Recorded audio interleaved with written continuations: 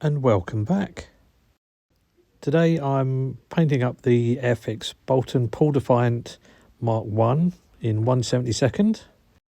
I've pulled out the Galeri GH8036 again, bit of a workhorse. I'm not doing any detail work, so this one is perfectly good for it. You can see there how well the Mr Hobby Aqueous Black Surfacer 1000 goes down. Excellent coverage. Leaves a nice super smooth base coat for your top coats. When you're spraying up any like canopies or clear sections, just go nice and light. Take your time with it.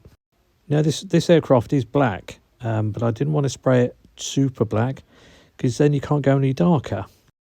I'm using the Mr Hobby Aqueous H416. It's the RLM 66 black grey. It's really dark but not black, so when you put a wash over it, you can still show up all your panel lines.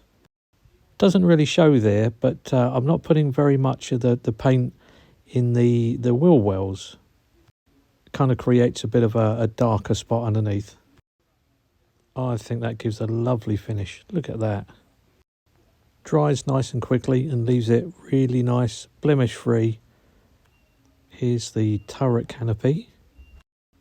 I left the propeller in just the black primer. It looked really good. Here's the two, the black surfacer and then the H416. Really nice finish. But what do you think? Welcome back to a very messy bench. The decals are going down beautifully. I do like these Airfix decals. They're not too thick, not too thin. Just a small amount of decal solution on them just to help them bed down. I can't wait to get this one finished. What do you think?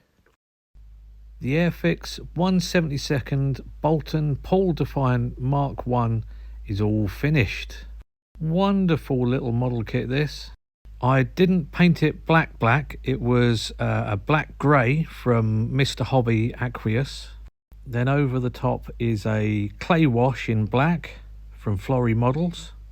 I'm really happy with the wing lights there. They're drilled out, little bit of chrome paint behind them, and then lined with the green interior colour.